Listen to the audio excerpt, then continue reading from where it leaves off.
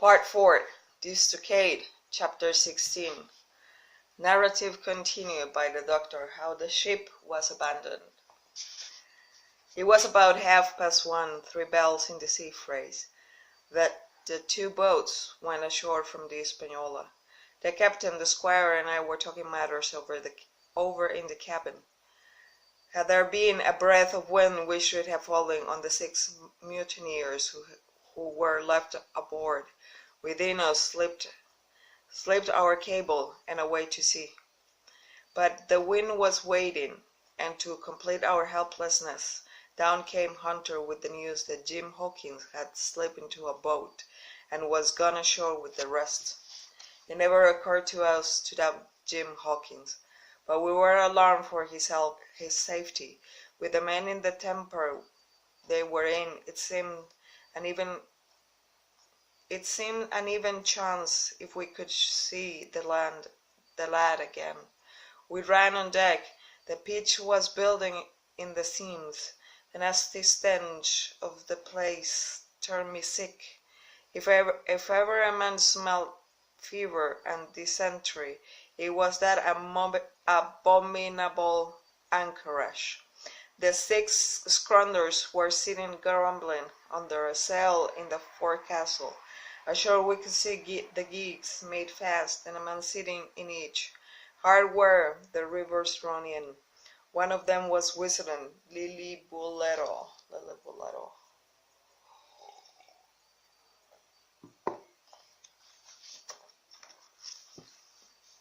Waiting was a strain, and it was decided that Hunter and I should go ashore with the jolly boat in quest of information. The gigs had leaned to the right, but Hunter and I pulled straight in the direction of the stockade upon the chart.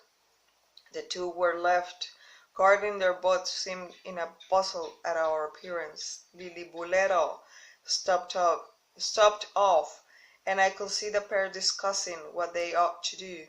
Had they gone and told Silver, all might have turned out differently, but they had their orders, I suppose, and decided to sit quietly where they were, and hard back again into Lili Bulero. There was a slight bend in the coast, and steer so as to put it between us. Even before we landed, we had thus lost sight of the gigs.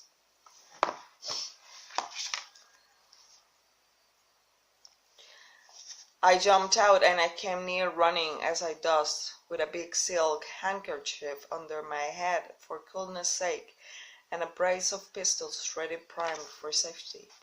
I had not gone 100 yards when I came on the stockade. This was how it was.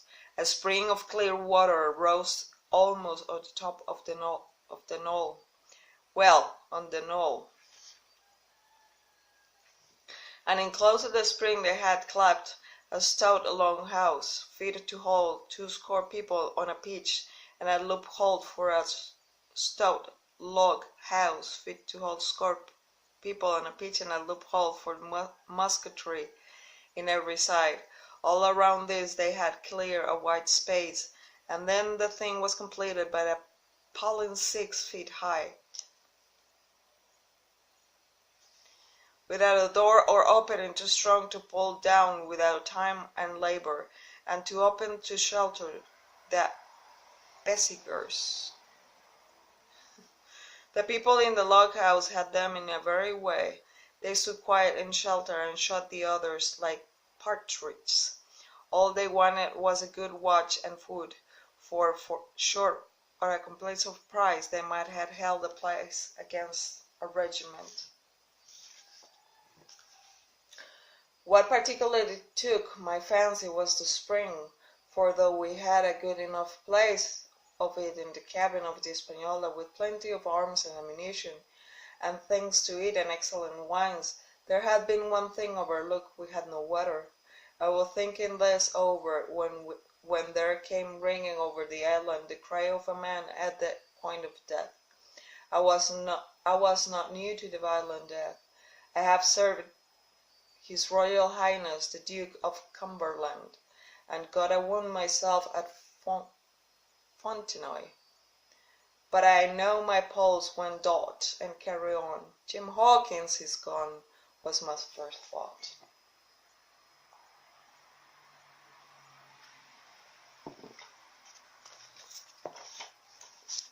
It is something to have been an old soldier, but more still to have been a doctor.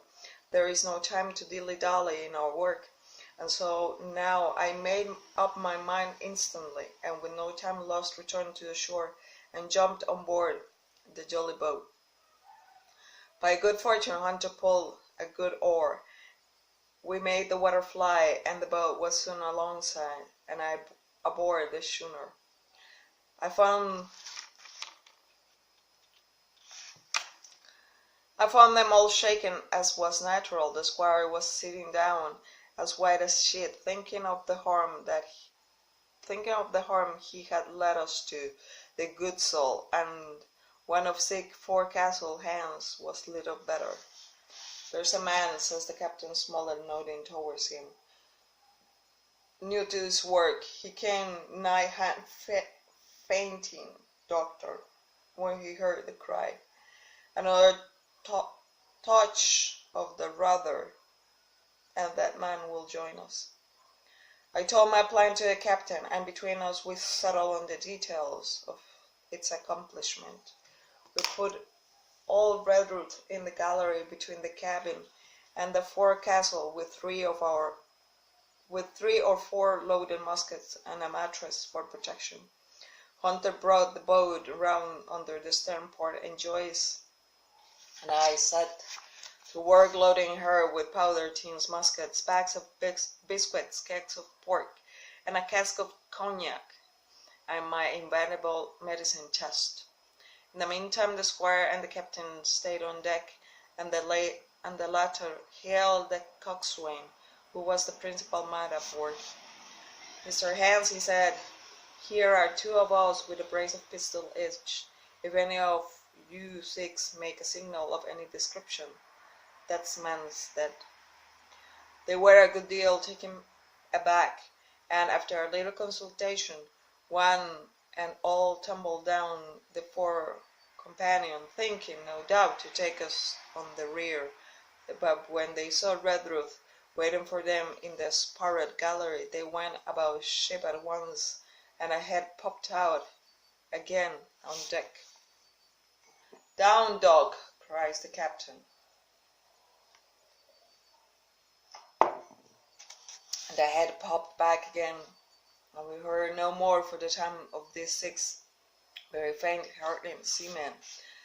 By this time, tumbling things in as they came, we had the jolly boat loaded as much as we dared. Joyce and I got out through the stern port, and we made for shore again as fast as oars could take us.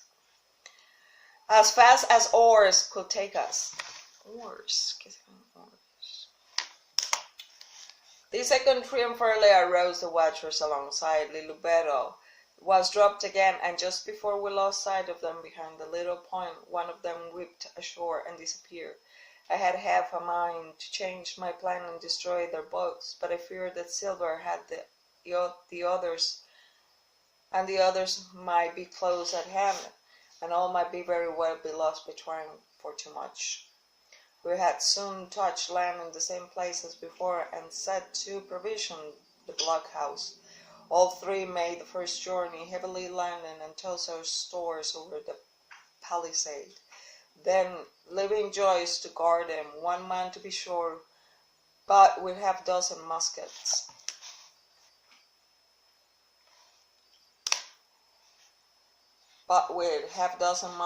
Hunter and I returned to the jolly boat and loaded ourselves once more. So we proceed without pausing to take breath till the whole cargo was bestowed, when the 2 servants took up their position in the blockhouse, and I, with all my powder, sculled back to the Hispaniola. That we should have risked a second boat load seems more daring than it really was. They had the advantage of numbers, of course, but we had the advantage of arms. Not one of the men ashore had a musket, and before they could get within range for pistol shooting, we flattered ourselves we should be able to give a good account of half dozen at least.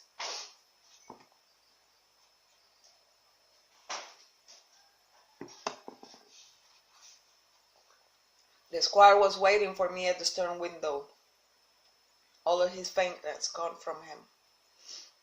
He caught the painter and made it fast, and we fell to loading the boat for our very lives. Pork, powder, and biscuit was the cargo, with only a musket and a cutlass apiece for Squire and me, and Redruth and the captain. The rest of the arms and powder we dropped overboard in 2 fathoms and a half of water, so we could see the bright steel shining far below us in the sun on the clean sandy bottom. By this time the tide was beginning to ebb, and the ship was swinging round her anchor. Voices were heard faintly, hollowing in the direction of the 2 gigs, and through these reassured us for Joyce and Hunter, who were well eastward. It warned our party to be off. Redruth retreated from his place in the gallery and dropped into the boat, which we then brought round to the ship's counter to be handier for Captain Smollett. For Captain Smollett. "Now, men," he said, "do you hear me?" There was no answer from the forecastle. "Is it you, Abraham Gray?" "It's to you that I'm speaking." Still no reply. "Gray," resumed Mr. Smollett a little louder, "I am leaving this ship, and I order you to follow your captain. I know you're a good man at bottom, and I dare say not one of the lot of yours bad as he makes out. I have my watch here in my hand. I give you 30 seconds to join me in." There was a pause. "Come, my fine fellow," continued the captain, "don't hang so long in stays. I'm risking my life and the lives of the good gentlemen every second." There was a sudden scuffle and a sound of blows, and out burst Abraham Gray with a knife caught in the side of the cheek, and came running to the captain like a dog to the whistle. "I'm with you, sir," said he.